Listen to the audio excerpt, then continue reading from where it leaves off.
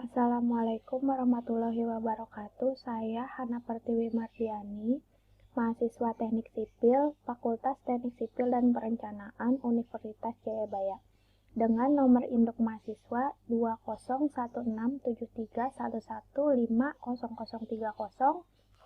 Di sini saya ingin mempresentasikan laporan hasil kerja praktek saya di proyek pembangunan gedung Jasmine Park Apartemen yang berada di Kota Bogor.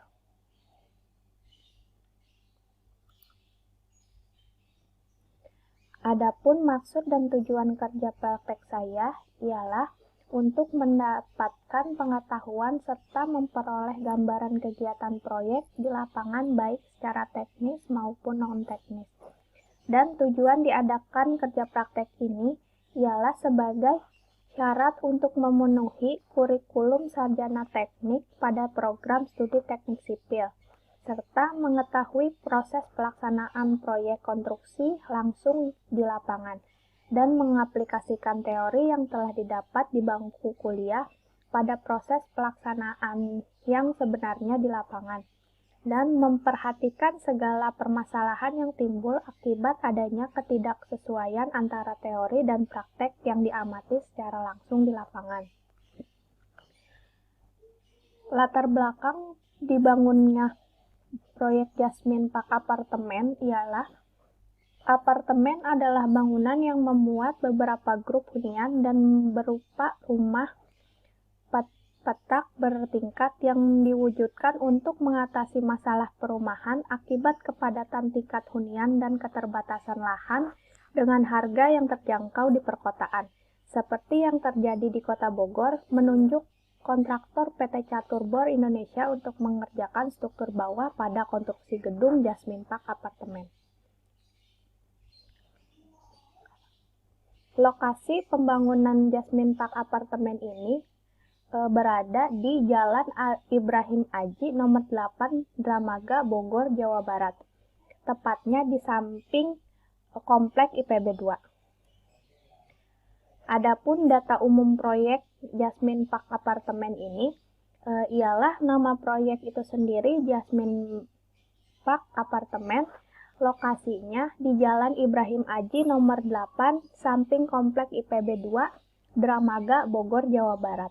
Lamanya pekerjaan proyek ini ialah 5 bulan, tepatnya 30 Oktober 2019 sampai 15 Maret 2020.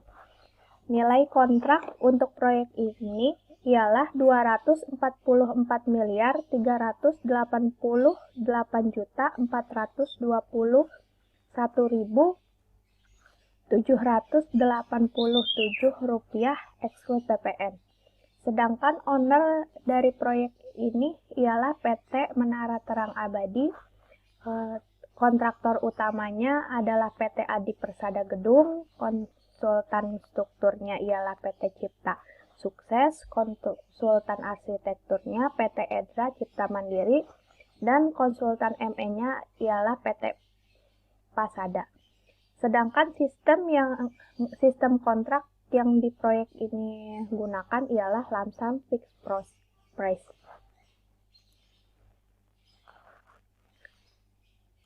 Data teknis dari proyek ini ialah luas bangunan 12.000 meter persegi, tinggi bangunan 47,35 meter, sedangkan jumlah lantai ialah 1 lantai basement dan 15 lantai unit. Sedangkan beton untuk pondasi borpel sendiri memakai mutu beton FC 30 MPa, slabnya 120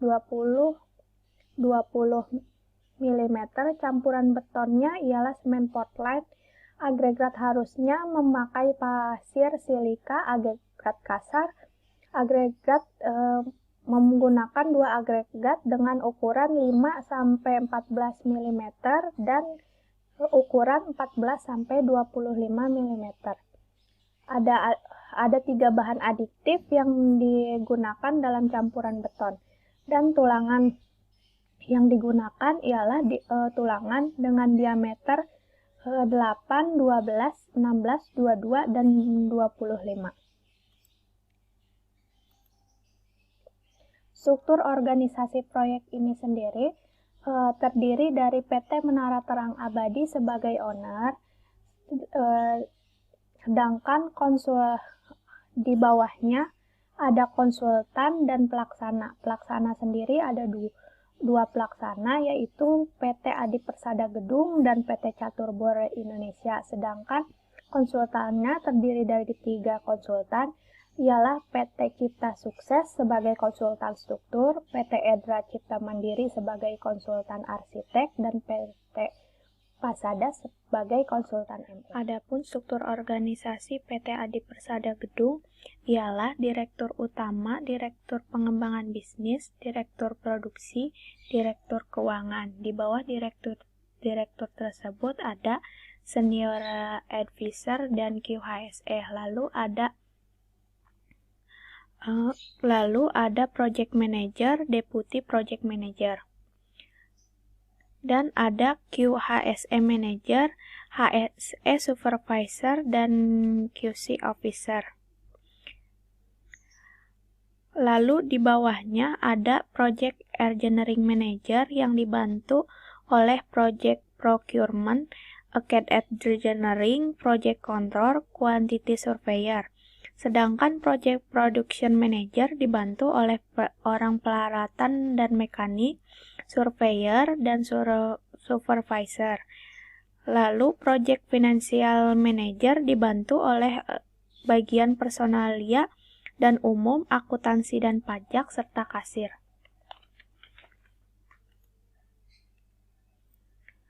Pekerjaan Borpel sendiri memiliki alur pelaksanaan pekerjaan sebagai berikut, ialah dari pekerjaan persiapan, pengukuran titik di mana borpel akan dibor, pemasangan casing temporary, pengeboran, pengukuran lubang bor dengan measuring tape, pemasangan tulangan besi, setting pipa premi, dan pengecoran borpel.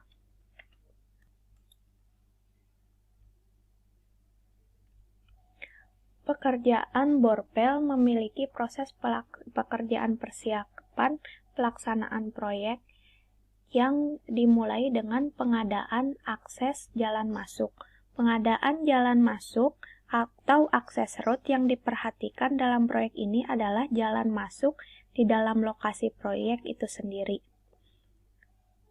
Lalu, pada proyek Jasmine Park Apartemen ini, pengadaan jalan masuk dilakukan dengan perkuatan menggunakan plat baja dan lapisan beton.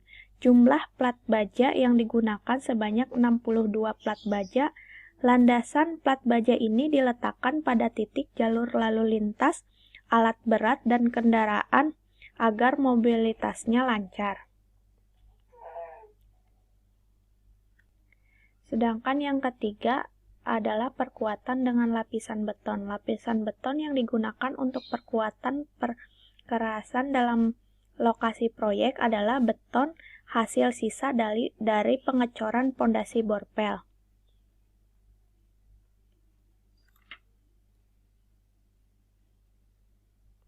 Keempat adalah pekerjaan pengukuran. Pekerjaan pengukuran dilakukan untuk pengecekan pel ketinggian tanah, letak batas-batas tanah, letak bangunan, dan elevasi.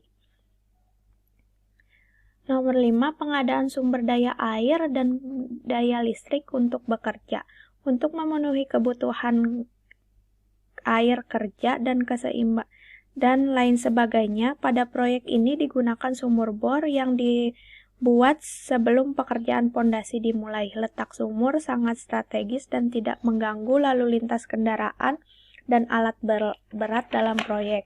Sedangkan untuk kebutuhan listrik kerja diperoleh dari sambungan sementara PLN setempat selama masa pembangunan. Terakhir adalah pengadaan car wash. Pengadaan car wash dilakukan untuk membersihkan roda dan bawah mobil dari sisa tanah atau lumpur yang menempel sehingga pengguna jalan yang lain tidak merasa terganggu dengan kendaraan proyek dan keluar masuk kendaraan proyek. Sedangkan metode pelaksanaan borpel dimulai dengan marking dan setting out position pel. Setelah pekerjaan marking dan setting out titik bor selesai dilakukan oleh surveyor, lalu dilanjutkan dengan pekerjaan pemasangan casing temporary. Pemasangan casing temporary ini bertujuan agar pada saat pekerjaan pengeboran dilakukan, jangan sampai terjadi keruntuhan pada permukaan tanah yang akan dibor. Sebelum memulai pekerjaan pengeboran, alat bor disetting pada titik bor pel yang sudah dimarking dan dipasang casing temporary tersebut. Pengeboran dilakukan dengan menggunakan auger, diameter auger, dan panjang kedalaman titik pel disesuaikan dengan gambar rencana atau shop drawing. Lalu tahap cleaning. Setelah mencapai kedalaman descend to level, alat bor auger diganti dengan alat bor yang dasarnya flat atau cleaning bucket. Cleaning bucket berfungsi untuk membersihkan dasar lubang bor.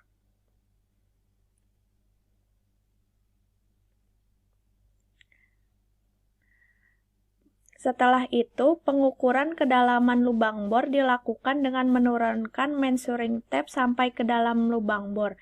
Di ujung measuring tape dipasang plumb dengan berat yang cukup agar memastikan measuring tape sampai ke dalam dasar lubang bor.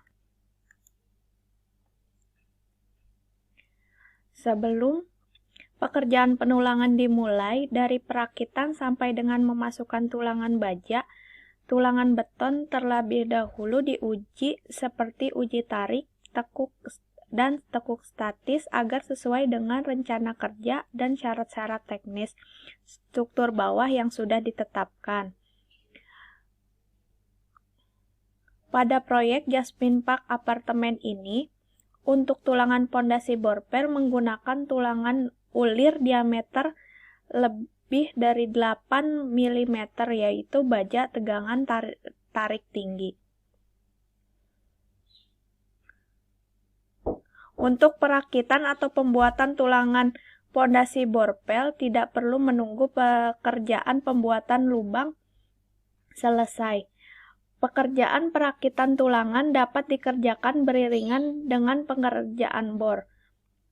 Bahkan bila alat bor tersebut rusak, pekerjaan perakitan tulangan pondasi tetap dapat dilakukan.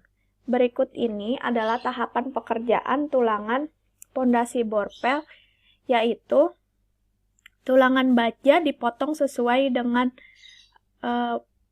ukuran menggunakan bar cutter. Tulangan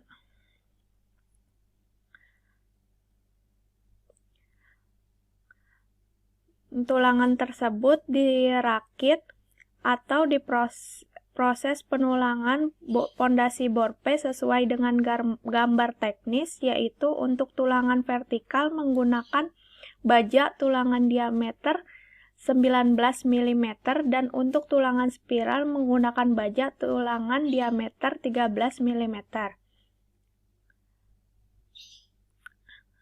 Proses pengikatan antara tulangan menggunakan tali kawat baja. Tulangan dibuat menjadi beberapa bagian, yaitu bagian 1 dengan panjang 3 meter, bagian 2, 3, dan 4 dengan panjang 12 mm, dan masing-masing bagian dibuat seperti gambar teknik. Masing-masing segmen diberikan beton decking seperti di gambar untuk selimut beton pada saat pengecoran atau untuk membuat tulangan persis berada di tengah lubang.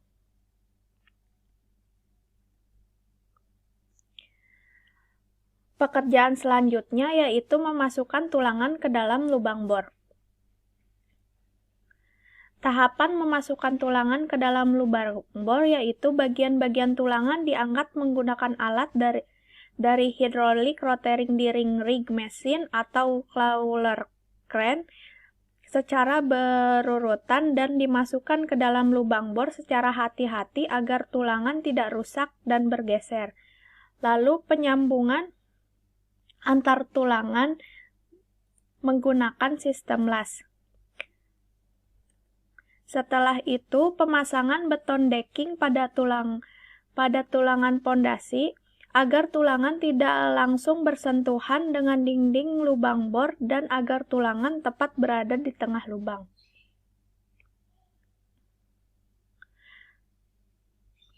Setelah itu pemasangan gantungan untuk pondasi borpel.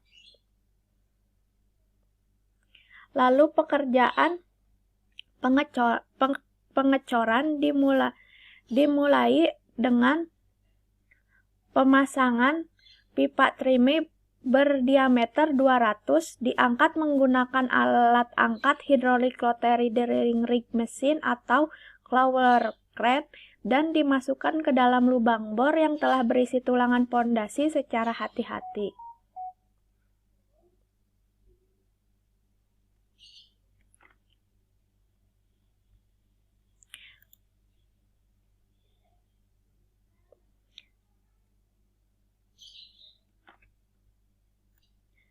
Sebelum beton basah dituangkan ke dalam lubang bor, beton basah tersebut harus diuji kekentalannya, yaitu uji slump test. Dalam pengujian slump test ini, beton dalam mixer truk konseret dipilih secara acak, diambil sebanyak 2 kali dengan masing-masing 4 sampel. Sampel yang digunakan berbentuk silinder dan diameter 150 mm dan tinggi 300 mm. Pada proyek Jasmine Park Apartemen ini, nilai slump test yang telah disepakati adalah 120 mm, kurang lebih 20 mm. Berikut adalah merupakan proses pengujian beton dengan uji slump test. Pengambilan beton sampel dari mixer tool, pemasukan sampel ke dalam kerucut Abram, pengukuran nilai slump test,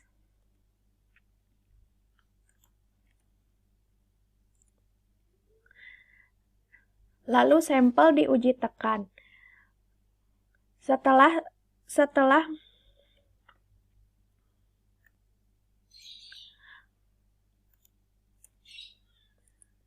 Lalu, campuran beton yang telah lulus uji slump test dituang ke dalam lubang pondasi melalui concentrate bucket. Pada saat proses penuangan, pipa trim akan diangkat naik dan turun bila concentrate bucket sudah penuh dengan beton basah untuk memberikan tekanan yang cukup untuk mengalirkan campuran beton basah keluar dari pipa trim. Selama proses pengecoran, ketinggian campuran beton yang telah di dalam pondasi harus selalu diukur juga. Kedalaman pipa trim yang ditanam dalam campuran beton harus berada minimal 3 meter yang tertanam. Sambungan pipa trim akan dilepas apabila tertanam sudah melebihi 3 meter. Pengecoran akan dihentikan apabila campuran beton telah mencapai 0,6 sampai 1 meter di atas cut-off level. Setelah pengecoran selesai, casing sementara segera dilepas atau diangkat menggunakan clawer crane secara hati-hati diletakkan di tempat yang aman. Pengurugan kembali lubang yang telah dicor dengan material bekas pengeboran dilakukan 3 jam setelah pengecoran selesai. Sekian paparan presentasi laporan kerja praktik saya di Jasmine Park Apartemen, Kota Bogor. Terima kasih.